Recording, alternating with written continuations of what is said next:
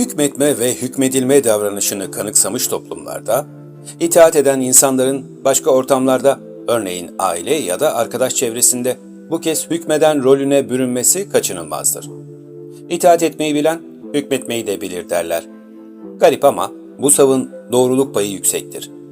Bu sav bir nevi usta-çırak ilişkisine benzetilebilir.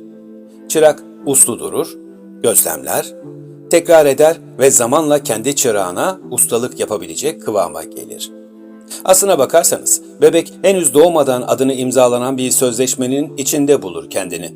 Topluma koşulsuz uyum. Ailede ve eğitim sisteminde sıkça tekrar edilen itaat et, rahat et düsturuyla bu sözleşmenin ilgili ve sabit maddeleri bilinçaltına usulca işlenir. Bu maddelere karşı çıkma özgürlüğümüz elbette vardır ama bu kez de toplum dışı kalma korkumuzla yüzleşmek zorunda kalırız. Böylece bir yanda boyun eğdiğimiz sistemin baskısı, öte yanda dışlanma kaygısıyla yani iki kıskacın arasında sıkışıp kalırız. Bu döngünün farkına varmak zaman alabilir, hatta çoğu zaman hiç farkında bile olamayabiliriz. Lakin fark edilirse transferans zinciri kırılarak sonraki nesillere geçmesi engellenir ve daha sağlıklı nesiller için umutlar artar. Peki ya fark edilmezse? İşte o zaman olumsuz alışkanlıklar, boş ve batıl inanlar, çözüme kavuşamayan travmalar nesilden nesle aktarılarak sonsuz döngüyü devam ettirmiş olur. Bir öncekinin olumsuzu bir sonrakine eklendiğinde oluşan döngü daha da ağırlaşır. Bir öncekinin mirası bir sonrasının taşıyacağı yükü artırarak zamansız ve daha ağır bir şekilde taşımasına sebep olur. Örneğin çocukken babasına itaat etmiş bir birey, büyüdüğünde büyük bir ihtimalle başka bir baba figürüne teslim olmaya meyilli olacaktır. Bu çoğu zaman farkında olmadan otoriteye alışkanlıkla boyun eğmenin devamıdır.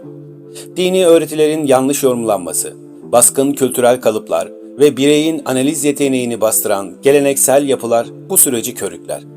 Ancak itaat eden birey içten içe bu baskıyı başka alanlara taşıma ihtiyacı hisseder. O da kendi mikro otoritesini yaratmakta bulur çareyi. Bir anlamda içinde hem kurban hem de kurt adamın yaşaması da diyebiliriz buna. Birey otoriteye boyun eğdiği yerde kurban ama sıra kendi alanına geldiğinde bu kez hükmeden olur. Yani anlayacağınız itaat et, rahat et kültürü bu iki zıt kimliğin ortak şifresi haline döner. Zamanla roller karışır.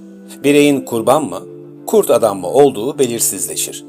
Ve nihayetinde kişi sürekli bir rol yapma zorunluluğu içinde gerçek benliğini bastırarak içsel bir kaos yaşayabilir. Bu kısımda okunacak bir kitap önerisinde bulunmak isterim. Hermann Hesse'nin Bozkır Kurdu. Dilerseniz kanalda bu kitaba dair benim anlattıklarımı da tercih edebilirsiniz tabii. Nerede kalmıştık? Evet, kaos demiştik. Bu kaos devam ederse kişi hem içsel çağrılara hem de dış dünyanın uyarılarına kulaklarını kapatır ve nihayetinde benlikler silikleşip kimlik gitimi gerçekleşebilir. Bir insan yaptığı davranışın ya da söylediği sözlerin yanlışlarını fark edemiyorsa, bastırılmış bir acının bilinç dışı yansımasıyla hareket ediyor olabilir. Bu gibi durumlarda bireyin sadece bir an durup kendini gözlemlemesi bile büyük bir fark yaratacaktır. Hatta zatında bilinçli olduğunu iddia eden kişi bile zaman zaman bilinçsizce tekrar eden bir döngünün içindedir. Bazen oturup düşündüğümüz yerde sıkışır kalırız. Oysa ayaklar harekete geçtiğinde düşünceler de peşinden sürüklenir. İnsan zihni durağanlıkta yankılanır ama hareketle anlam bulur. Belki de bu yüzden gece verilen kararlar gün ışığında hükmünü yitirir. Işık hep oradadır ama görünür kılmak için bir irade gerekir. Bir elektrik düğmesi gibi. Akım hep vardır ama aydınlık bir seçimdir. Ve burada başka bir pencere daha açılır önümüze. İsimlerin ağırlığı ve Sisyphos'un ruhu.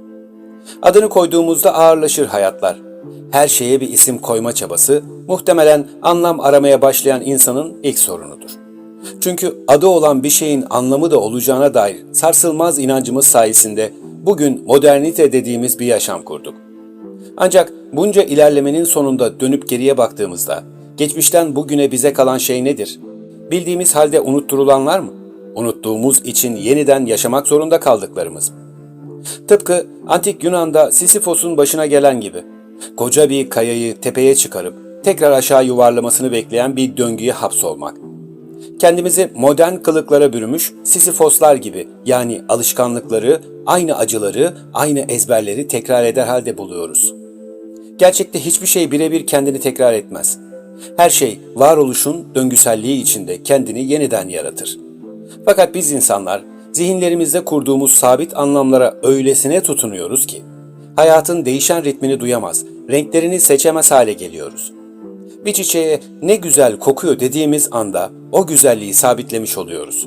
Oysa sabitlenen her şey zamanla ağırlaşır. Adını koyduğumuz her şey bir anlamı da sırtımıza yükler. Ve bu sabit anlam fark edilmez, farklı bakış açıları kabul edilmezse tekrarlayan bir cezaya dönüşür. Sisyphos'un sürekli taşıdığı şey sadece fiziksel bir kaya değildir. Her sabit düşünce, her sorgusuz gelenek, her dayatılan kimlik onun kayasıdır. Bu anlamda itaat et, rahat et sözüyle şekillenen kültürel kodlar da aynı taşı tekrar tekrar sürüklememize neden olur. Döngüyü fark eden ve aynı zinciri çocuklarına takmayanlara selam olsun. Başka bir akıl fikir gezegeni bölümünde görüşünceye dek sağlıcakla kalın.